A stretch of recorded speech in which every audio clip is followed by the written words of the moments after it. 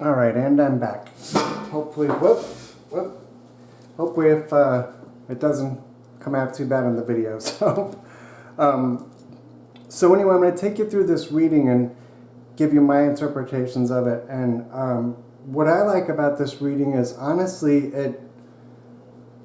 it's really very profound to me because it really expresses my feelings and the way I view things that as they're happening now, and pretty much have been for a while. So to me, it was just really a good affirmation that this is a good reading for me personally. It was very, wow, yeah, it just, anyway.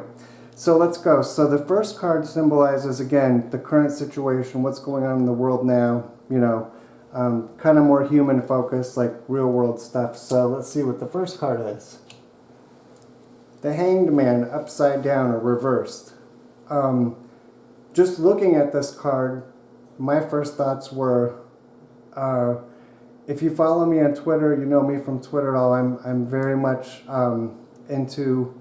interested in the current pandemic that's going on, and there seems to be this movement of a lot of people just, hey, the pandemic is over, throw your mask away, quit worrying, go out and party, go to the bar, go hang out with people, rip those masks off. But I follow some really, what I consider to be reputable scientists and people who are trying to be responsible and caring, and all of us in that community are like, what are you people talking about? Are you insane? Like, the numbers are spiking again in Europe.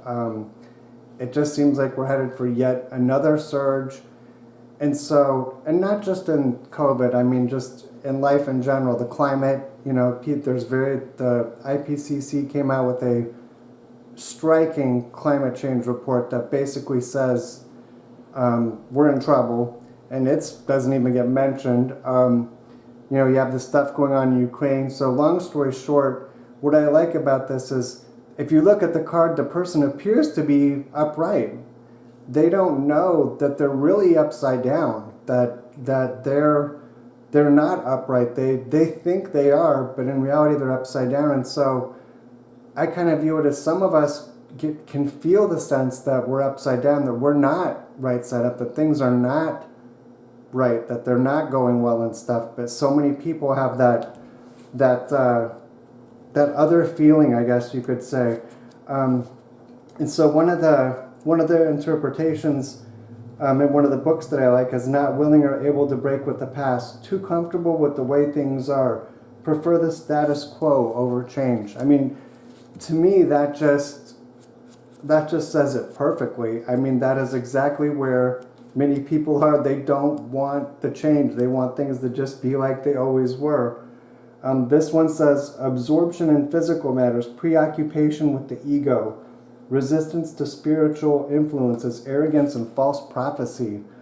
I mean, there you go. I mean, to me, that card really just summed up perfectly what's going on right now with the current situation with humanity in the world. And so, yeah, I mean, that just nailed it.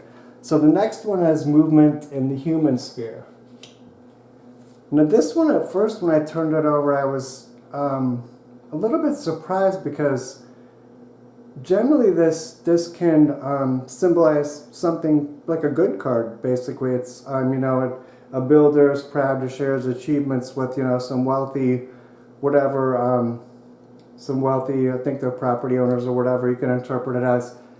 But then when I thought about it, it's what's going on in the human, collective unconscious, what humanity thinks of itself, I guess is the best way to put it. And so I kind of got out of that almost like a false pride, like, oh, look at my work, everything's going great, check it out, like, I've done this, everything looks good, see how well I've done, everything's good. And so in that sense, it kind of makes sense. And again, kind of going back to the, I mentioned the pandemic, that's a good example. One of my books that I have, one of my references, and I'll show you the references that I use at the end of this, says, you can apply your knowledge and skills to great advantage, a time of positive, measurable achievement that will win you reward and notice. The other one that I use the interpretation it gives for this card is skill and mastery in trade, art, and labor sometimes means nobility or aristocracy, renown or glory, card of construction or material increase. So again, the card doesn't represent what's actually happening. The card represents the collective unconscious, and I think that's how a lot of humanity sees itself right now. Things are great. I mean, it's, again, that denialism, that nothing to see here, everything's good. We're building stuff, we're expanding, the economy is growing, people are getting back to work, we're opening up the workplaces, we're ripping the mask off, we're building, we're good, you know? So again, that really spoke to me. So the next card is movement on the celestial sphere and the archetypes. This card was very interesting. Again, and this plays into my personal feelings, beliefs, intuition, whatever, quite a bit. You know, you see a guy here bandaged, looks like he's been through some battles. He looks like he's holding strong though. You know, and I post on my wall on Twitter a lot that verse from the Bible that, you know, we wrestle not against flesh and blood, but against powers and principalities, against wickedness in high places. And that's kind of what this card represents to me, is that wrestle, that battle that's going on that sphere. And reading out of one of my references for that card right there, it says exactly that. It says, a man carries a heavy burden consisting of 10 flowering wands, one who is carrying an oppressive burden but will manage to reach his goal. Oh, I'm sorry, I'm reading the wrong card. Sorry, forget that. Scratch that. Sorry, forget that. It's 9 of wands. Preparedness, strength and reserve, opposition. If attacked, the person involved will defend himself stoutly. That's one of the books that I use. This other one says, sorry, I'm trying to switch back and forth there. This other one says, one last test will require you to draw on all your abilities, a final defense for which you are prepared. The fight is on familiar turf and you will win out in the end, arriving at your destination with your achievement intact. To me, that one just really, I mean, again, one last test will require you to draw upon all your abilities, a final defense for which you are prepared. The fight is on familiar turf and you will win out in the end, arriving at your destination with your achievement intact. Again, this, again, it's really weird because I often say there's another saying I use sometimes is the battle's already won, which basically is a way of stating exactly that there is a battle going on, but the battle really is already won. And I like, again, that card symbolizes that perfectly. It's saying that there is a battle going on that level. And again, this is the level of archetypes, principalities, powers, angels, whatever you want to call it, but that the battle is going to be won. So again, just right in line. So the next card is source, movement and source. You know, I guess you could call it God, you could call it universe, you could call it Great Spirit, you know, the all, whatever, but basically just that concept of that. This one I was pretty kind of surprised about, honestly. This is a very good card. It's a very positive card. If you look at the card, it's, you know, two women holding bouquets, welcoming someone through this canopy of held up by wands, you know, castle in the background. I'm going to read the interpretations rather than give mine. It says, your accomplishments leave you feeling satisfied because your goals have been achieved. You feel a sense of peace, security, and happiness. You can take time to rest, relax, enjoy, and count your blessings. There's a feeling of harmony in the air. So if you go back to the card before it, where it says, you know, you're in it facing a battle, but you're prepared. You're going to win. You know what I mean? This one says your accomplishments leave you satisfied because your goals have been achieved. So it kind of follows with the one before it. Let me read this other resource I have. This one says, the coming of romance, harmony, prosperity, peace, the bounty of the harvest home, perfected work, haven of refuge. Again, something I post not super frequently, but is that I take refuge in the Buddha, or I say take refuge in spirit. So there's that terminology again about refuge. And honestly, it's an awesome card because it basically says that from Sorcerer's perspective, everything is being accomplished as it should be. Everything is being moving towards perfection, towards beauty, towards unification. So from Source perspective, things are going beautifully. Now this last card, I'm going to tell you before I draw this, I knew what this card was going to be before I drew it. And I promise I shuffled these cards really, really good. I did not set it up, but I knew what this card was going to be. And if you're familiar with the tarot and what's going on in the world right now, I'm guessing you probably have a guess what this card might be too. So let's just see what it is. Take a second and think about what do you think it would be. And then the big reveal. Boom. Yep, the Tower. Now, like I said, I knew before I ever did this reading that that was going to be the last card. I just knew it was. And again, this card represents what did I say? The emerging possibilities, or basically what's upcoming expression, I think is what I called it.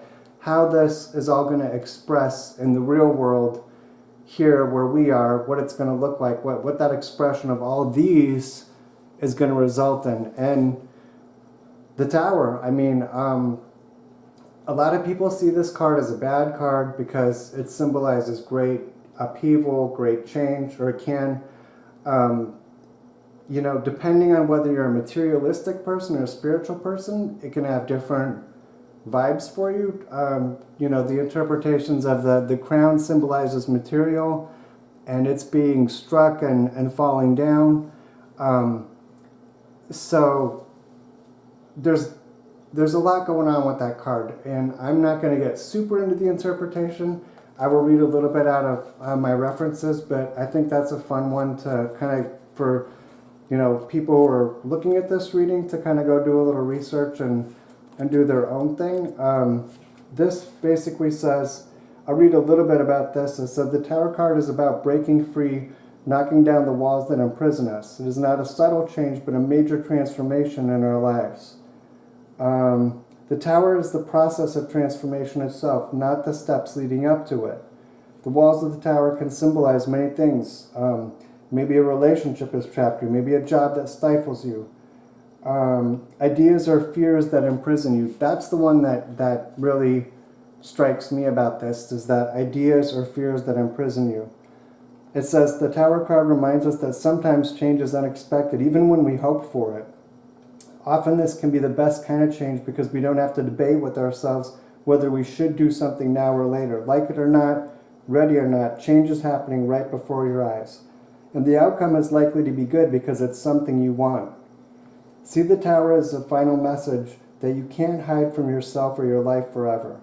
No matter how thick the walls or how tall the Tower stands, it can be blown apart without warning. Maybe you'd be wiser to act first. It could be less traumatic or tumultuous that way. The Tower card is also about inspiration, the way answers to tough questions that have eluded us suddenly break through our consciousness, usually when we least expect it, sometimes after we've given up on finding those answers. On yet another level, the Tower card represents sudden spiritual enlightenment, knowledge that comes to us from deep within without warning and opens our eyes to the wonders and mysteries of the world. There you go. That pretty much is what I see as happening, going on right now in the world. And I'm going to read this other interpretation too.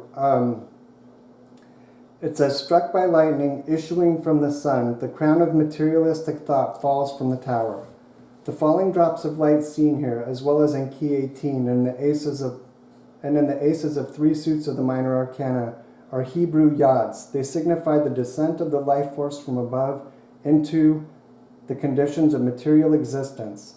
The lightning flash represents the same power as that which is drawn from above by the magician, and which lights the hermit's lantern. It is spiritual truth, which breaks down ignorance and false reasoning. The tower is only one of several titles that have been given to this card. Among them are the lightning-struck tower and the house of God. The card suggests the breaking down of existing forms in order to make room for new ones. In terms of consciousness, the lightning flash also symbolizes the brilliant, momentary glimpse of truth. The crown on top of the tower symbolizes the materialistic concept of life, shown as it is thrust from power. The divinatory meaning is overthrow of existing modes of life, conflict, unforeseen catastrophe, old notions upset, disruption that may bring enlightenment in its wake, selfish ambition about to fall, bankruptcy. So, I mean, boom. There you go. This reading basically symbolizes my inner thoughts on the world right now. And that's why it really tripped me out, because that is exactly how I see what's going on. And I share that a lot, that there's a lot of tough stuff happening in the world. And I don't want to minimize that. There are people dying. There are people, the stuff going on in Ukraine, it's terrible. There are people dying of COVID. There are families being torn apart. The whole stuff with the division that's being stoked by different platforms and different forces and stuff. Families being broken apart because some people believe in vaccines and some don't. And some people, don't want a mask because it's just too hard. And there's just so much division. But underneath all that, there's something powerful and wonderful that's coming about as a result of all that. And that's that lightning bolt, which is spiritual enlightenment, spiritual truth. But it's going to hurt. I mean, it's not going to come. The way I've said it before is that, if you look at the world as a garden, and it's basically had a ton of weeds, a weed growing in it, and the weed started out really small, and at one point you just kind of took the tops of the leaf off and thought you could leave the weed in there. Well, now the weed is so big and it's so deep that it's got to be pulled out by the root, but it's so ingrained and it's underneath the entire garden that pulling that weed out and pulling that root out, it's going to upset all that soil. It's going to totally change the garden. The garden is not going to be the same before, because that root has gotten so big and so pervasive. If it was pulled out a long time ago, maybe it could have been pulled out easier, but it's been left to grow and to fester, and the roots are so deep within our society. But to me, this is a good thing, because if you're a spiritual person, if you're an old, they call them old souls, or you're an empath, or you have a lot of compassion, whether or not you're spiritual or not, whether or not you believe in God, if you care a lot and about others, this is a tough world to live in, because there are a lot of people who just don't give a shit. I mean, it's pretty, if you're listening to this and you're an anti-masker, then you probably don't like me, and I don't care. The fact is that if you care about people, you're willing to do things and make small sacrifices to protect others, to protect your family. You're willing to make those small sacrifices. And so many people just aren't these days. They just aren't. Selfishness and apathy are off the charts right now.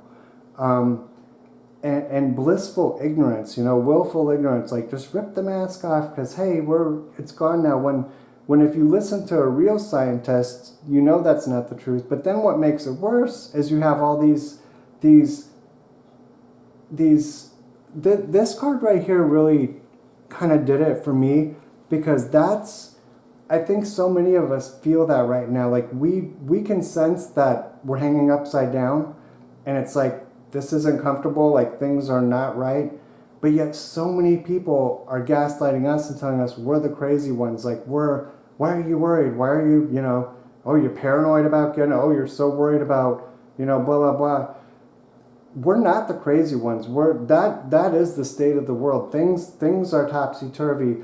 And those of us who, kind of like in the Bible, it says, those with eyes to see and ears to hear, I'm not saying we're the chosen ones and they're not. I'm just saying that some of us are more attuned to what's going on than others. And that doesn't mean that they're good, we're good, and they're bad, or they're good and we're bad. It is what it is. It doesn't do any good to deny the fact of that, because it's the fact. But what I hope this reading is one that, if you want to get a view into, world situations, if, I'm kind of weird like that and sick like that, I like to know what's coming, good, bad, or whatever. Maybe this reading would be something you'd enjoy. If you don't really want to look at things from a macro cosmic scale or a macro earth scale, maybe you could, tailor it to yourself. I like it. I think it has a good flow. Again, I like the way it kind of goes, circles up and then comes down. It felt really good. And this reading to me is basically a pictogram of literally exactly how I feel about what's going on this plane of existence, on the subtle planes, the celestial planes, on source, and then what's coming, what we're looking at. So, but I like the balance between this and this, and I think it's really important for people to keep an eye on this card. And, if you're worried about this one and it stresses you out, look at this one, because source, this is reality. This is ultimate reality. This is what we're experiencing here on this physical plane and in this physical body.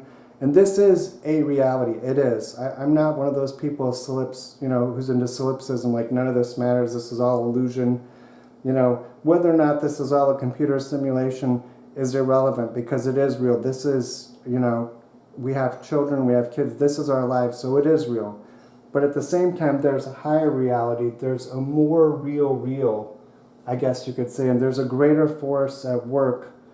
And in the eyes of that greater force, everything is moving the way it's supposed to. Everything is going just as it's supposed to.